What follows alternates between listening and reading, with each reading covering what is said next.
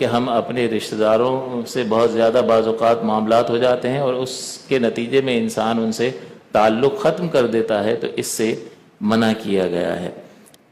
لیکن اس میں یہ ضرور ہے، اس میں کچھ تفصیل ہے، اور وہ تفصیل یہ ہے کہ بعض اوقات ایسا ہوتا ہے، عمومی حکم تو یہی ہے کہ رشتہ داروں سے قطع تعلق نہیں کرنا چاہیے، بلکہ حضور نے ایک مقام پر یہ بھی فرمایا کہ 3 خصلتیں جس شخص میں ہوں گی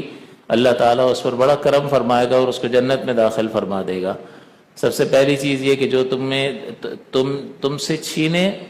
اسے عطا کرو، جو تم پر ظلم کرے اسے معاف کر دو، اور جو تم سے قطع تعلق کرے تم اس سے جوڑو۔ جو شخص ایسا کرے گا اللہ تعالیٰ اپنی رحمت سے اسے جنت میں داخل فرمائے گا۔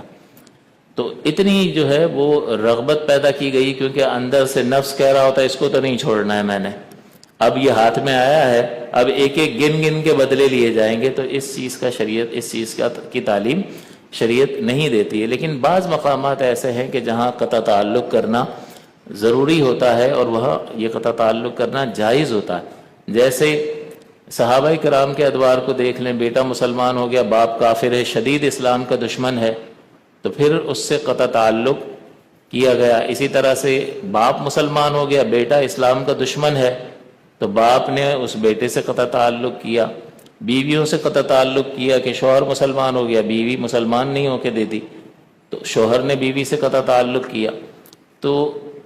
اسلام کی بنیاد پر اسی طرح سے کوئی شخص جو ہے وہ نبی اکرم صلی اللہ علیہ وسلم کی شان اقدس میں گستاخیاں کرتا ہو، تو پہلے اس کو سمجھایا جائے گا، اگر مان جائے تو ٹھیک ہے، نہیں مانے گا تو پھر ہم اس سے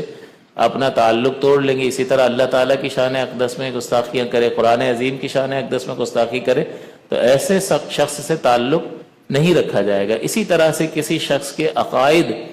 گمراہ کن ہیں کہ اس کی صحبت اور اس کا تعلق جو ہے وہ ہمیں ہمارے ایمان کو خطرے میں ڈال دے گا، ہمیں گمراہی میں مبتلا کر دے گا، تو یہ تو دین کا نقصان ہے۔ لہٰذا دین کے نقصان سے بچنے کے لیے یہ قطع تعلق کرنا لازم اور ضروری ہوتا ہے۔ اسی طرح سے بعض اوقات ایسا ہوتا ہے کہ بعض لوگ گناہوں میں مبتلا ہوتے ہیں، اور ان گناہوں میں مبتلا ہونے کی وجہ سے شریعت کہتی ہے کہ اس کا سوشل بائیکاٹ کرو۔ مثال کے طور پر ایک شخص نے اپنی بیوی کو 3 طلاقیں دے دی، اب 3 طلاقیں دینے کے بعد بغیر حلالے کے ساتھ رہنا، یعنی 3 طلاقیں دے دی، حرمت مغلظہ ثابت ہو گئی، اب یہ عدت گزارے اور پھر کسی اور شخص سے نکاح کرے اور وہ اپنی مرضی سے اس کو ازدواجی تعلق قائم کرے اس کے ساتھ، پھر وہ اپنی مرضی سے اسے طلاق دے یا اس کا انتقال ہو جائے، پھر یہ عورت اس کی عدت گزار کر سابقہ شوہر سے نکاح کر سکتی ہے۔ پورا حلالے کا پروسیس ہے، اس کے بغیر رجوع نہیں ہو سکتا، شریعت اس کی اجازت نہیں دیتی ہے، لیکن وہ ساتھ رہ رہے ہیں، تو پہلے ان کو سمجھایا جائے گا، لیکن سمجھانے کے باوجود اگر وہ راہ راست پر نہیں آتے تو پھر شریعت یہ حکم دیتی ہے کہ اس سے قطع تعلق کرو، اس کا سوشل بائیکاٹ کرو، نہ اس کے یہاں تم جاؤ نہ اس کو اپنے یہاں پر بلاؤ۔ تو کسی طرح کا بھی تعلق ایسے شخص سے رکھنا جائز نہیں ہوتا۔ اسی طرح سے اعلانیہ طور پر شراب پینے والے ہیں، اعلانیہ طور پر یہ بدماش قسم کے لوگ ہیں، زناکار ہیں، گندے مقامات پر دیکھے جاتے ہیں اور سمجھانے سے نہیں سمجھتے ہیں، تو پھر ایسے لوگوں سے قطع تعلق کرنا جائز ہوتا ہے۔ تو اگرچہ یہاں حکم فرمایا کہ قطع تعلق نہ کرو، یہ عمومی حکم ہے، اور حدیثیں بھی میں نے آپ کو سنا دی اس کی فضیلت میں، لیکن بعض مقامات ایسے ہیں کہ وہاں